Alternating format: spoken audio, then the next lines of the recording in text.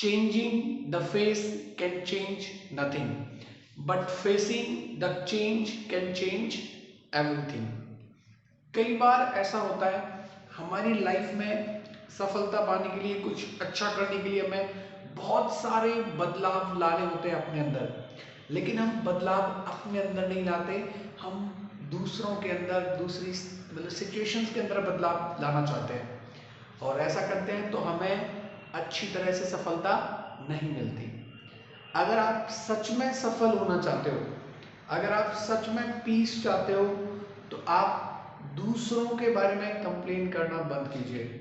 Don't complain about others और don't complain about other situations.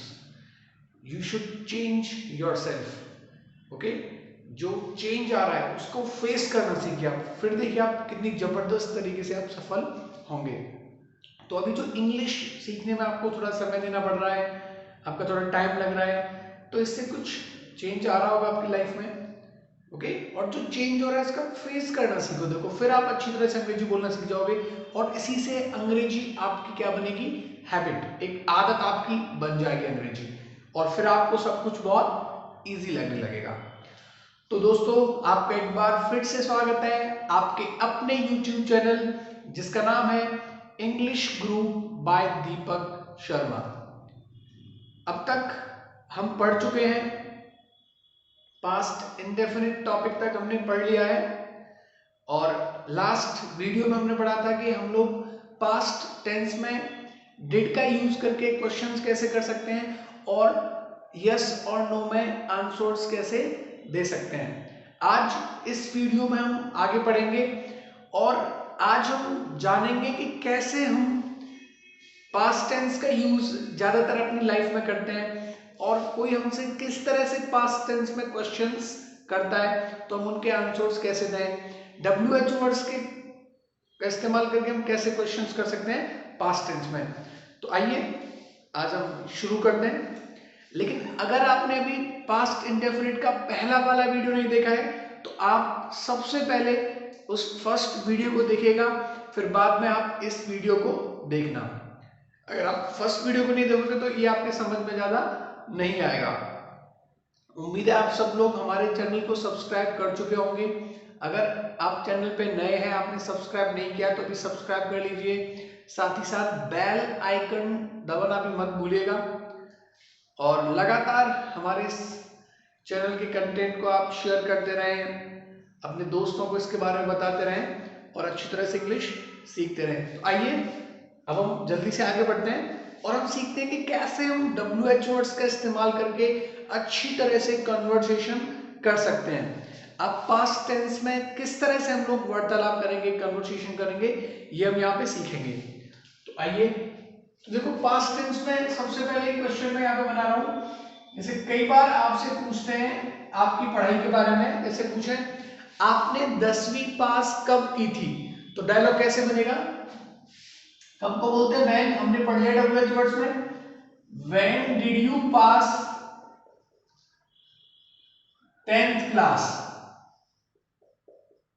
10th class कह सकते हो, 10th स्टैंडर्ड कह सकते हो, तो when did you pass 10th class, तो आंसर क्या होगा, यू का रिप्लाई क्या होगा, आई, और पास की सेकंड फॉर्म आई पास्ड, वही WH वर्ड का आंसर हम लोग सब्जेक्ट से शुरू करते हैं, जैसे हमने प्रेजेंट टेंस में पढ़ा था वैसे ही है, तो यू का रिप्लाई क्या हुआ, आई। अब डिड से है तो हमें पता है जब भी डिड से क्वेश्चन होगा तो आंसर कौन सी फॉर्म में देंगे आप, वर्ब की सेकंड फॉर्म में, तो पास की second form passed, I passed 10th class in 2016, year बता दो, इन 2016। या इसी क्वेश्चन को हम एक और तरह से कर सकते हैं, आपने 10वीं कौन से ईयर में की थी, तो कौन से ईयर, कौन से के लिए आता है विच, कौन से वर्ष में, in which year, in which year did you pass 10th class, in which year did you pass 10th class, तो यू का रिप्लाई क्या हो गया, आई, पास की second form passed, I passed 10th class in 2016. मैंने 2016 में 10वीं पास की थी। अब जैसे अगला क्वेश्चन आप पूछ रहे हैं आपने कौन से स्कूल से पास की थी, तो डायलॉग क्या बनेगा, कौन सा मतलब वही विच, दोबारा from which school did you pass 10th class, from which school did you pass 10th class. तो आंसर देखिए, यू का रिप्लाई क्या होगा, आई पास्ड 90%। आंसर क्वेश्चन में ही है ना, क्वेश्चन क्या था, यू का रिप्लाई आई, पास का पास्ड, 10th क्लास का 10th class, from which school, school का नाम बता दीजिए, from PPS Pappu public school, या आप अपने स्कूल का नाम बता दें, ओके, फ्रॉम डीपीएस एपीएस जो भी स्कूल से आपने किया। अच्छा, अगला क्वेश्चन बनता है इस पे, आपने कितनी परसेंटेज प्राप्त की थी, how much percentage did you secure या गेट, या स्कोर भी लगा सकते हो आप, स्कोर, तीनों में से कोई भी लगा दो आप, डिड यू सिक्योर, गेट या score in 10th class.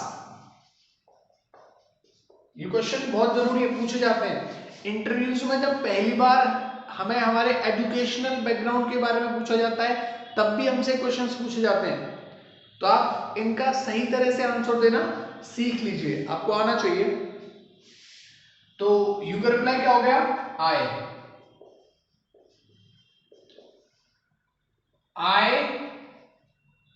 Secure, secure की सेकंड फॉर्म क्या हो जाएगी, सिक्योर्ड, डी लगा दिया, गेट की सेकंड फॉर्म गॉट, गेट में आंसर देंगे तो, अगर स्कोर में देंगे तो scored, I scored 85% marks in 10th class, I scored 85% marks in 10th class. अब पूछ रहे हैं आपने कौन से सब्जेक्ट में हाईएस्ट मार्क्स स्कोर किए थे, तो क्या होगा, कौन से सब्जेक्ट में, कौन सा मतलब विच में, मतलब in which subject did you score the highest marks.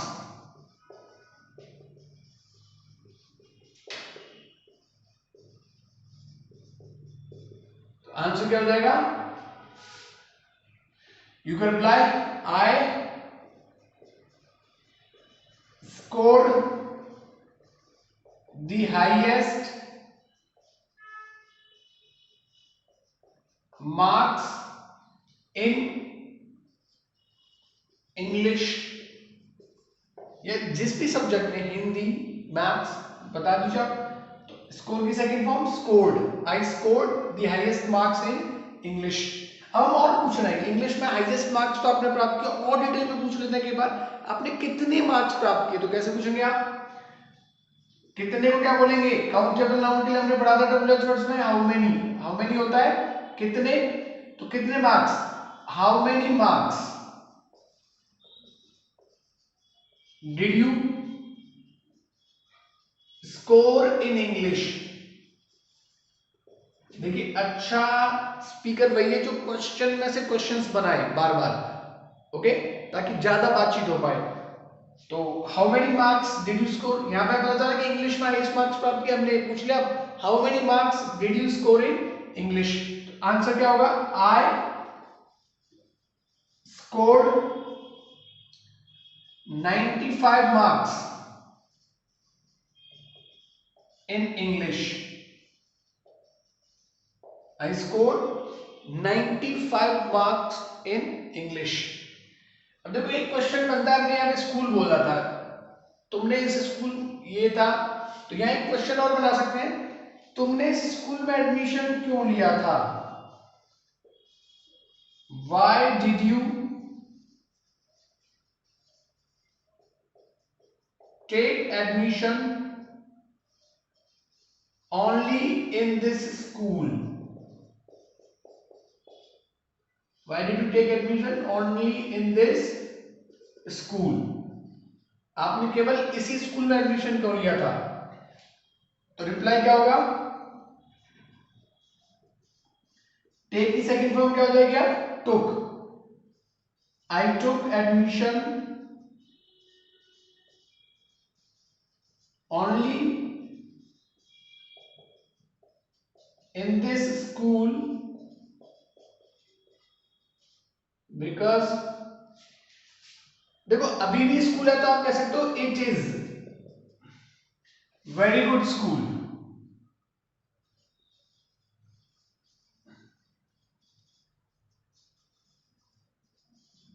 It's very good school. It's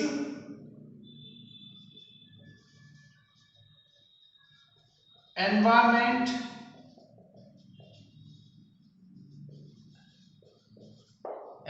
is very good. It has well educated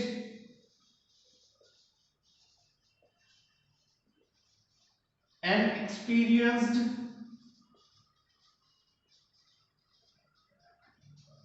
teachers. It has well educated and experienced teachers.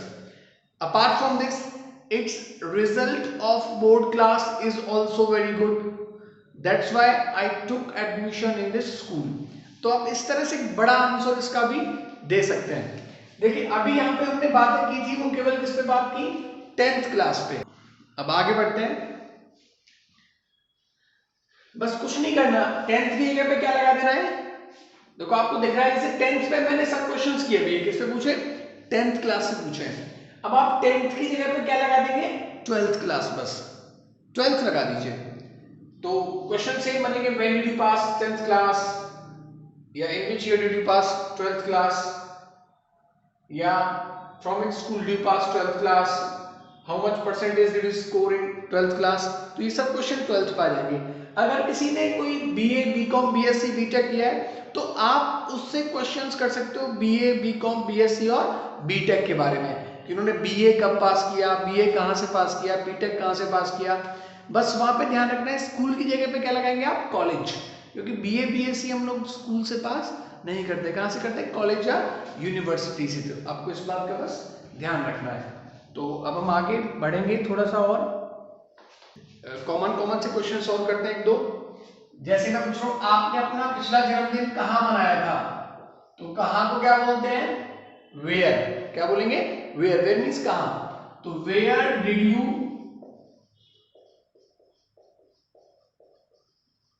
Celebrate your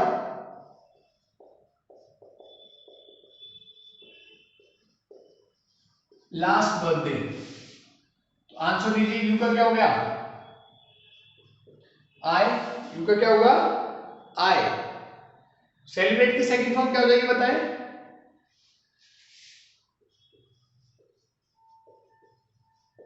I celebrated my last birthday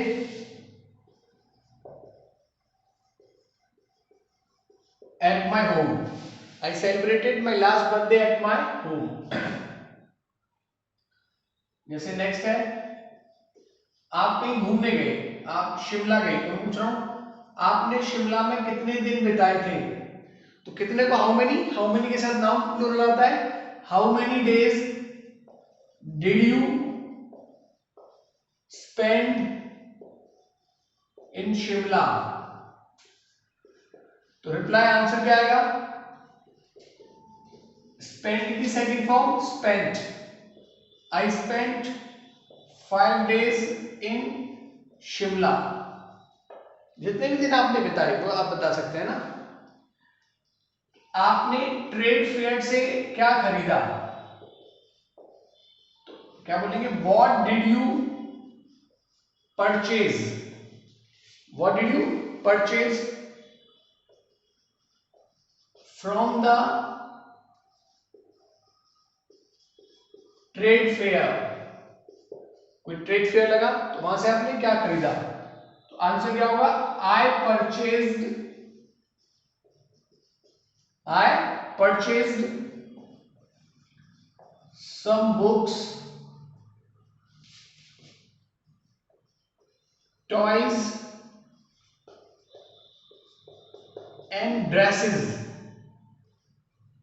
from the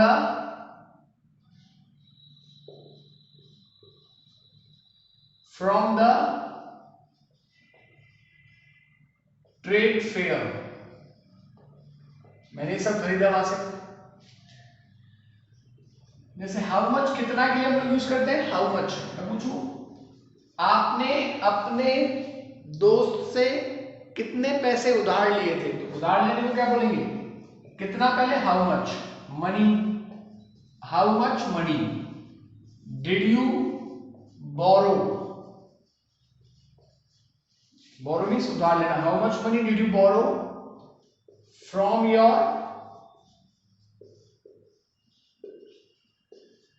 friend. तो answer क्या होगा आपका, I borrowed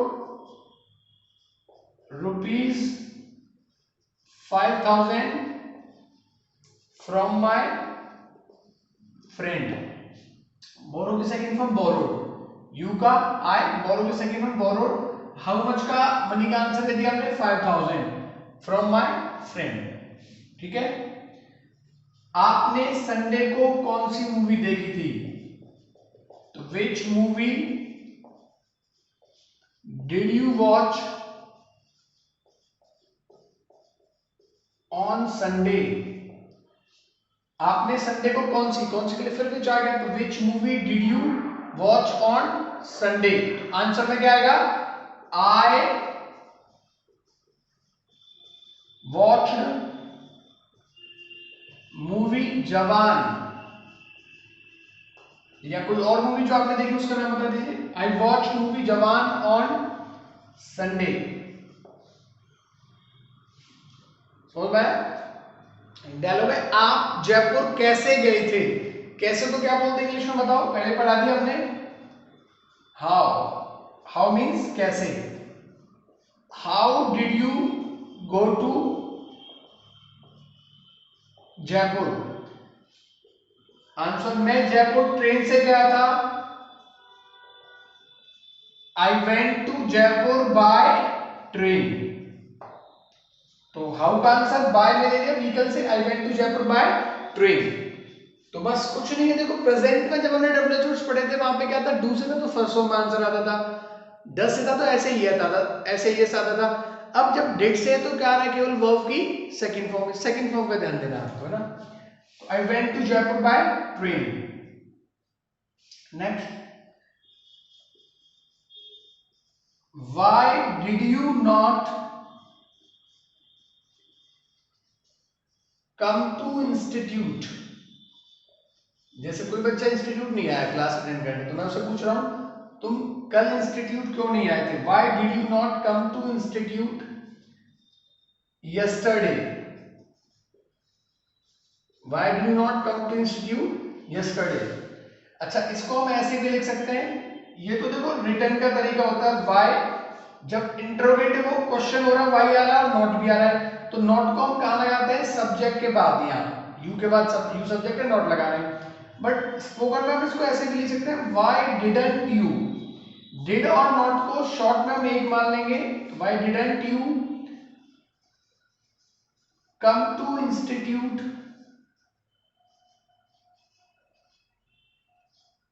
why didn't you come to institute yesterday, आप कल institute क्यों नहीं आए थे।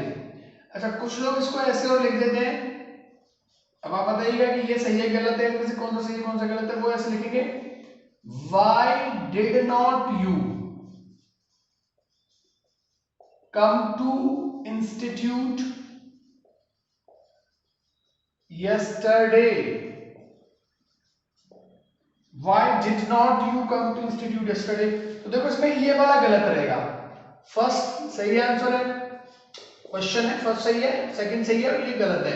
ये गलत क्यों है यहाँ पे? ये गलत इसलिए है,